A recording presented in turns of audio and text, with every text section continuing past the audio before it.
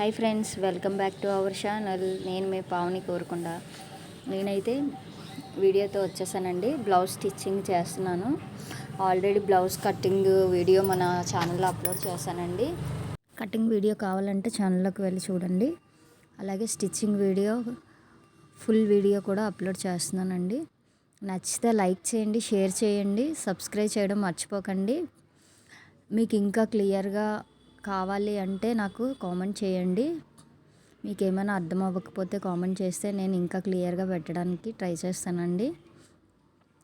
కాబట్టి మీరు ఏదైనా ఉంటే కామెంట్ చేయండి. తర్వాత ఇప్పుడు వచ్చేసి మనం ఫ్రంట్ పార్ట్స్ అనేవి డాట్స్ వేసుకున్నామండి. రెండు వైపులా కూడా డాట్స్ అనేది వేసుకున్నానండి. డాట్స్ వేసుకున్న తర్వాత ఇప్పుడు షేప్ బెల్ట్ అనేది రెడీ చేసుకుందాం. మనం షేప్ అనేది చూసారా ఎంత పర్ఫెక్ట్గా, ఎంత కరెక్ట్గా వచ్చిందో. మెయిన్ మనకి బ్లౌజ్కి షేప్ అనేదే కదా, కరెక్ట్గా ఉంటేనే బ్లౌజ్ ఫిట్టింగ్ అనేది బాగా వస్తుంది. ఇప్పుడు మనం షేప్ బెల్ట్ అనేది మనం స్టిచ్ చేసుకుంటున్నామండి. షేప్ బెల్ట్కి మనము 3 లేకపోతే 4 ముక్కలు పెట్టుకుంటే మనకి స్టిఫ్గా ఉంటుందండి. ఒకవేళ క్లాత్ సరిపోకపోతే వేరే క్లాత్ ఏదైనా సరే లోపల వేసుకునే ముక్కకి వేరే కలర్ వేసుకున్నా పర్వాలేదండి. సేమ్ కలర్ ఉండాల్సిన పని లేదు. వేస్ట్ క్లాత్ ఏదైనా సరే లోపల సైడ్ వేసుకోవచ్చు షేప్ బెల్ట్కి. ఇలా వేసి కుట్టుకున్న తర్వాత ఫ్రంట్ షేపు అతుక్కున్నాక పైనుంచి ఒక స్టిచ్ చేసుకుంటే అది స్టిఫ్గా ఉంటుందండి. మనకి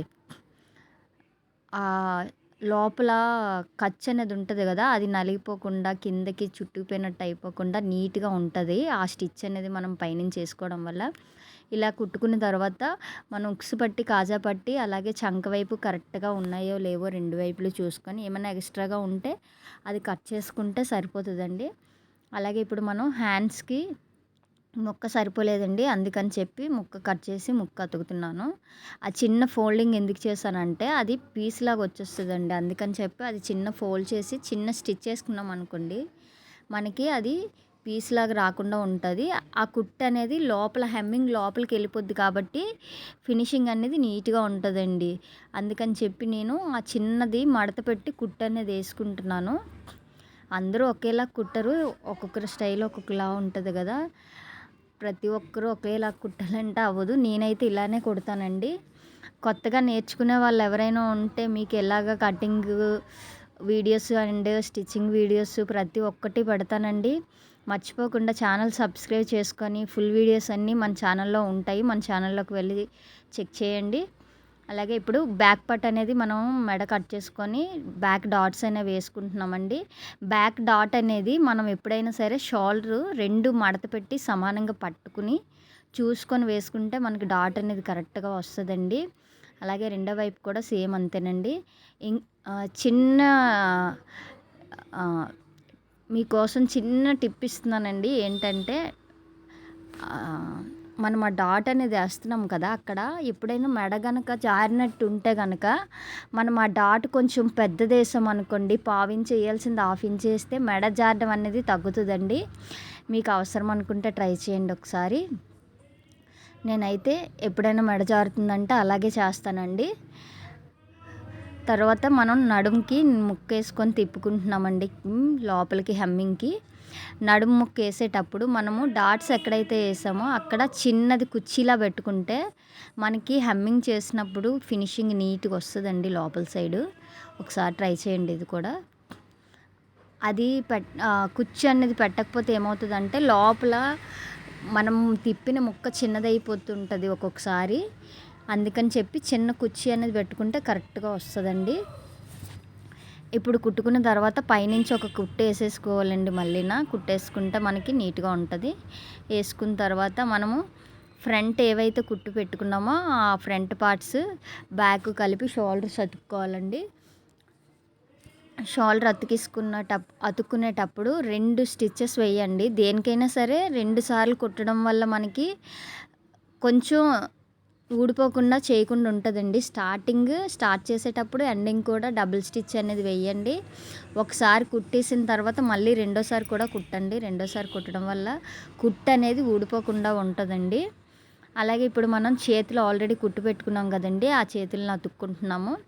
చేతులు అతికేటప్పుడు మెయిన్గా మనం చూసుకోవాల్సింది ఏంటంటే ఫ్రంట్ పార్ట్కి మనము లో షేప్ తీసాం కదండి, పావించి లో షేప్ తీసాం కదా, అది అనేది కరెక్ట్గా మనకి ఫ్రంట్కి వచ్చినట్టు చూసుకొని కుట్టుకోవాలండి. లేదంటే కుట్టేసిన తర్వాత చెక్ చేసుకున్నాం అనుకోండి, బ్యాక్ ఫ్రంట్, ఫ్రంట్ బ్యాక్కి వెళ్ళిపోయింది అనుకోండి, మళ్ళీ డబుల్ పని అయిపోద్ది.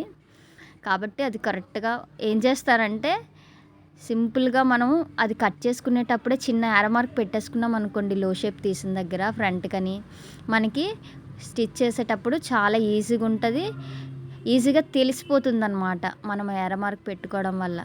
ఇది ఫ్రంట్, ఇటు సైడ్ బ్యాక్ అని చెప్పి తెలిసిపోతుంది. కొత్తగా నేర్చుకునే వాళ్ళకైతే మీరు ఇలానే ట్రై చేయండి. ఇలా ట్రై చేస్తే మీకు చాలా ఈజీగా ఉంటుంది. మొత్తం కుట్టిన తర్వాత అది రాంగ్ అయితే మళ్ళీ ఇప్పి కుట్టాలంటే చాలా కష్టం కదండి. టైలర్స్కి బాగా తెలుసు అది ఎంత కష్టం అనేది.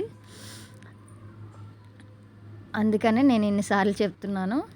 అలాగే ఇప్పుడు మనం చిన్నది, నాకు ఇక్కడ బ్యాక్ కన్నా ఫ్రంట్ చిన్న పెద్దది వచ్చింది, అందుకని చిన్న కుట్టేసుకున్నాను. వేసుకున్న తర్వాత రెండో చేయి కూడా అతికిసుకుంటున్నానండి.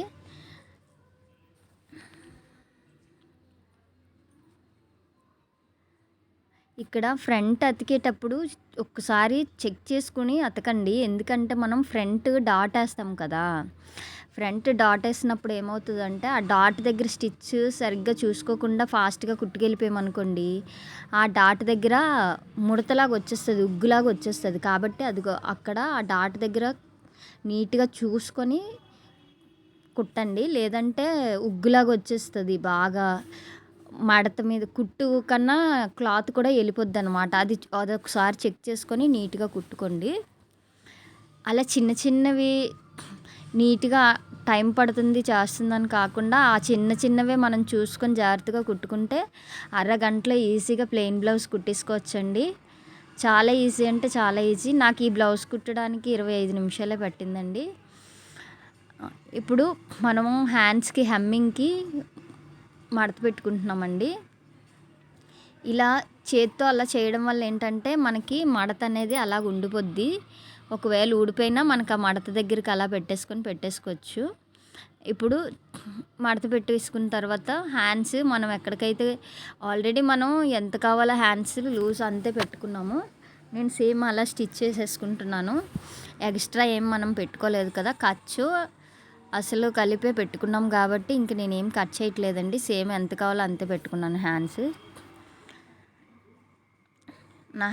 ఇప్పుడు ఈ బ్లౌజ్కి వచ్చేసి 5 ఇంచెస్ అండి హ్యాండ్స్ లూజు.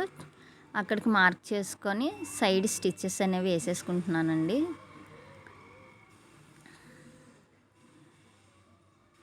ఇక్కడ మనం అక్కడ చంక దగ్గర చూసారా, అక్కడ చిన్న డాట్స్ అనేవి కటింగ్ చేసినప్పుడు పెట్టుకుంటే మనకి నీట్గా వస్తుందండి. అంటే మనం స్టిచ్ చేసేటప్పుడు ఎక్కడి వరకు వేయాలి కుట్టు అనేది ఈజీగా తెలిసిపోద్ది అనమాట.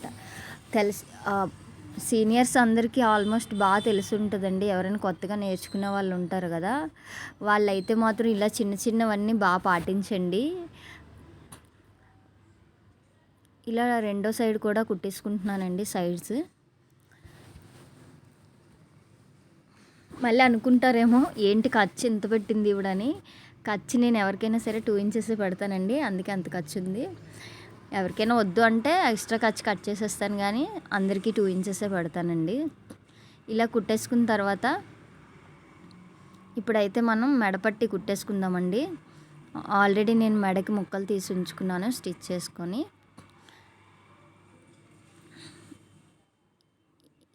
ఈ ముక్కను తీసుకొని మనం పావించి అండి, ఎక్కువ కాదు, పావించి మాత్రమే కుట్టుకుంటూ వెళ్ళాలండి.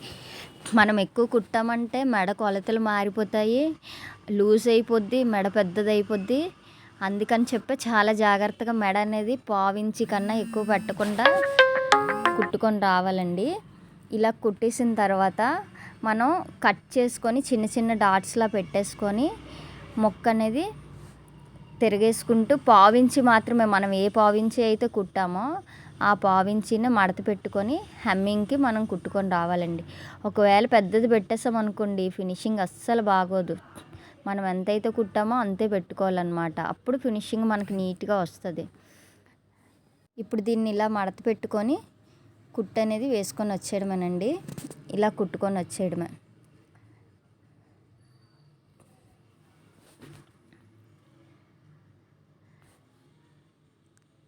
మెడపట్టి మాత్రం చూడండి మొత్తం అంతా ఒకలాగా వస్తేనే మనకి ఫినిషింగ్ ఎమ్మింగ్ చేశాక అందంగా కనిపిస్తుంది. లేదంటే ఒక దగ్గర ఎక్కువ ఒక దగ్గర తక్కువ వచ్చిందంటే అస్సలు బాగోదండి. ప్లెయిన్ బ్లౌజ్కి అందం ఏంటంటే హెమ్మింగ్ ఒక్కటే. మన హెమ్మింగ్ ఎంత నీట్గా చేస్తే అంత అందం వస్తుంది. తర్వాత ఈ ఎక్స్ట్రా ఖర్చు ఏదైతే ఉందో అది కట్ చేసుకోవాలండి. చూసుకొని జాగ్రత్తగా కట్ చేసుకోవాలి. ఎందుకంటే బ్లౌజ్ వెళ్ళిపోయిందంటే కట్ అయిపోద్ది. కాబట్టి స్లోగా నెమ్మదిగా చూసుకొని కట్ చేసుకోండి.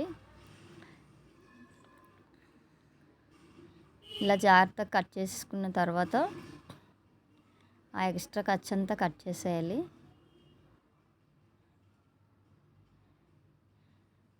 ఇప్పుడు మనం ఉక్స్ పట్టి కాజా పట్టి వేసుకుందామండి. కాజా పట్టీకి కింద నుంచి వేసుకోవాలండి. కింద నుంచి వేసుకుంటే ఫినిషింగ్ బాగుంటుంది. అలాగే ఉక్స్ పట్టీకి వచ్చి పైనుంచి వేసుకోవాలండి మొక్క అనేది. ఇప్పుడు నేను ఇక్కడ వేస్తున్నాను చూడండి. కాజా పట్టీకి వచ్చి కింద నుంచి పెట్టి వేస్తున్నాను.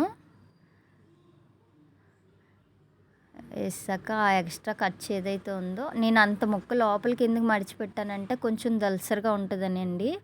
కొంతమందికి ఏమవుద్దంటే కాజా పట్టి సన్నగా వేసామనుకోండి వాళ్ళు క్లాత్ చిరిగిపోవడం చేయడం చాలా ఇదైపోద్ది కదా, అంటే పలుచగా ఉండడం వల్ల. అందుకని ఆ ఖర్చు అనేది లోపలికే పెట్టేస్తాను కట్ చేయకుండా. కొంచెం స్టిఫ్గా దల్సరిగా వస్తుంది అనమాట. చూసారా ఎంత నీట్గా వచ్చిందో.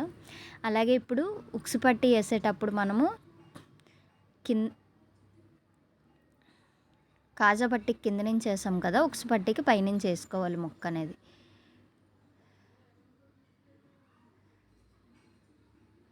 అక్కడ చిన్న కుర్చీలా పెట్టుకోండి. ఇక్కడ కూడాను ఉక్స్ పట్టి దగ్గర చిన్న కుర్చీలా పెట్టుకుంటే మనకి లోపల తిప్పేటప్పుడు నీట్గా వస్తుంది అనమాట. ఎందుకంటే లోపలికి కదా కుట్టు తిప్పుతాము, అక్కడ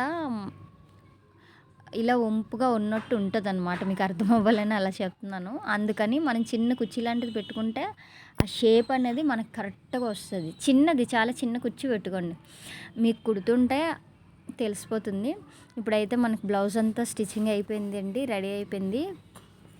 ఫినిషింగ్ అయితే చూడండి ఎంత నీట్గా వచ్చిందో. మనకి బ్లౌజ్ మొత్తం కరెక్ట్గా వచ్చేసిందండి. ఉక్స్ పట్టి కాజా పట్టి కరెక్ట్గా ఉందో లేదో చెక్ చేసుకోవడమే. బ్లౌజ్ అయితే కరెక్ట్గా నీట్గా మనకి ఏ సైజులో కావాలో సైజులో వచ్చేసిందండి. ఓకేనండి, నచ్చితే లైక్ చేయండి, షేర్ చేయండి, నా ఛానల్ సబ్స్క్రైబ్ చేసుకోవడం మర్చిపోద్దండి. Thank you for watching.